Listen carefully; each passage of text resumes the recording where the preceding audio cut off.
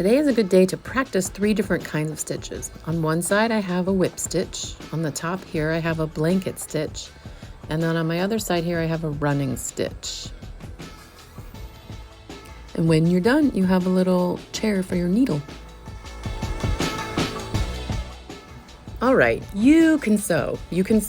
All you need is some thread and a needle.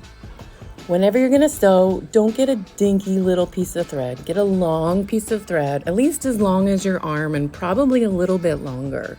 That will let you begin to sew and get some work done before you have to change out and get a new thread. So hold it to your arm and make sure it's longer than what you think. So the main thing you gotta do is thread the eye of your needle, which means you take your time, stabilize your hands on the table, and stick the needle through. You pull it through long enough so that there's a little tail. And yes, threading a needle can be frustrating. My thread just fell right out, which means I'm gonna take my time, make sure my whole thread's on top of the table, and do it again. Fortunately, the needles that we have here in my classroom have a really large eye, so it's kind of easy.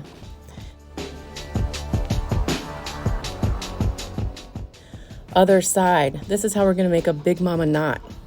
Wrap it around your finger a bunch of times, like 3 or 4 times, and then roll it off of your finger using your thumb so that it creates a big old tangly mess.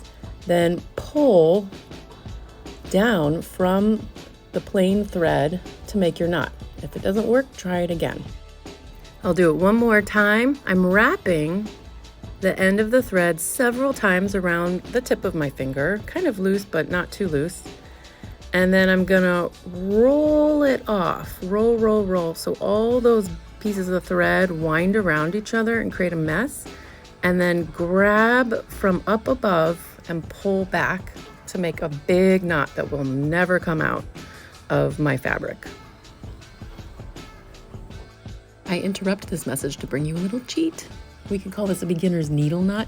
This is just tying a knot by creating a curly cue and then pulling your end under and through to tie the thread onto the needle. Usually an advanced sewer will not do this because there's some downsides. You have to cut it off your needle eventually. It might make it hard to pull your needle through your fabric, but this is one surefire way to never have your thread come off of your needle as you're sewing. And so for our projects, you can always tie a knot. Also, this is called a death grip. While I sew, I can just really hold my thread and not have to make this knot. But if you can't do a death grip all the time while you're sewing, then tie this little knot. And that's the end of our cheat. So this is one more way to tie a knot in the other end of your string. It's like your stopping knot. So you have your needle on one end, but then down here on the bottom, you can tie 3 knots. Curly cue, see my curly cue? And then put the end under and through. And instead of pulling it tight right now, I'm gonna leave it as a little baby circle. And then I'm gonna do curly cue under and through and do another little baby circle. And then I'm gonna do that a 3rd time. Curly cue, under, the tip goes under and through, and then I pull all 3 at the same time, and hopefully that helps them line up and create a large knot. This is something you can do instead of that big mama knot method that I used earlier. It usually ends up with a nice big thick sturdy knot that won't pull through your fabric as you begin to sew. Here I'm having to kind of mess with it a little bit, and that's fine. And whenever you're messing with knots and small things, you can use your needle to help you do it. If you have a snag, use your needle. But here we see a needle and thread that's all ready to go. Needle, thread, knot in the end. And there you have it. Your hand has the job of keeping the thread inside of the needle, and your other hand has the job of pinching your fabric in the position you need it to pinch. So look, I'm threading the needle in through the middle of my little folded sandwich here, and look where the knot ends up. It ends up hiding inside, so no one has to see that big mama knot. It is hiding. The stitch I'm showing you right now is kind of like a spiral stitch. or a whip stitch is what people call it. That means that I will always come in from the back. Maybe I need to push down on the table to get the needle through. I'll always come in from the back, somewhere just a bit in from the edge, and then push the needle up.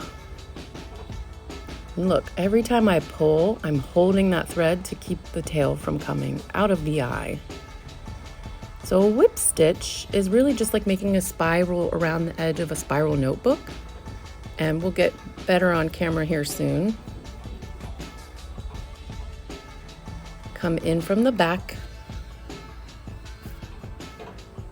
Push up.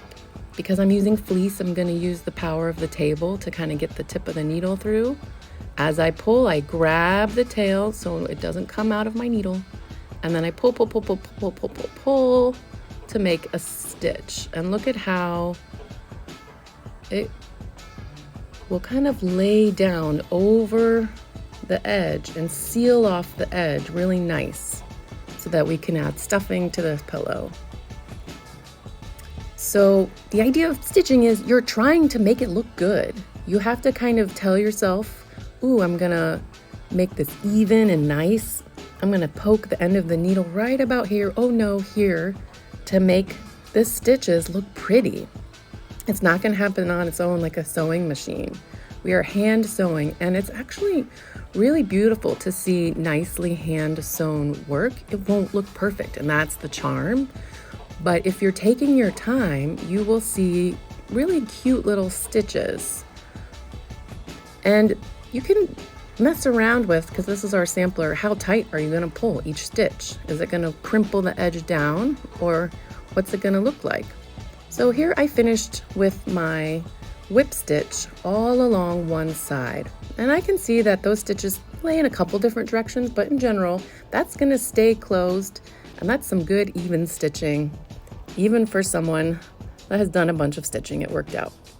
So since we tried the whip stitch, I now want to show you the blanket stitch. It's the same.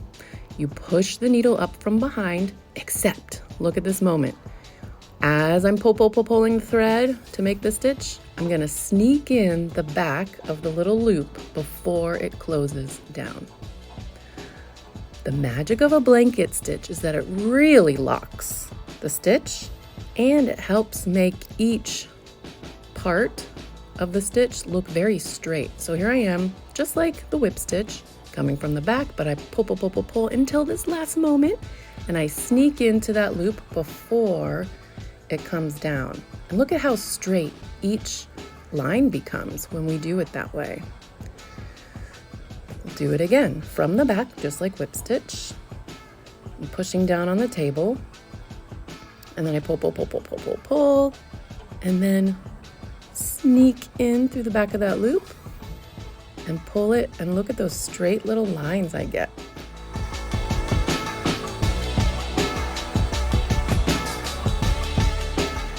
Pull, but before it finishes, I lock into that loop. And this is the most sturdy, the most neat of all the stitches you can do for this project. But it's not the easiest one. So that's why we're practicing today. Ooh, there we go. There's that lock. It almost looks like a braid down the seam. So if you've done whip stitch before, the spiral, try blanket stitch for your project this time. If it's too hard, go right on back to whip stitch and do blanket stitch another time when you're ready. I just really like the look, and it's such a secure, solid stitch that will be very unlikely to come undone. I'm going to finish the blanket stitch up this side.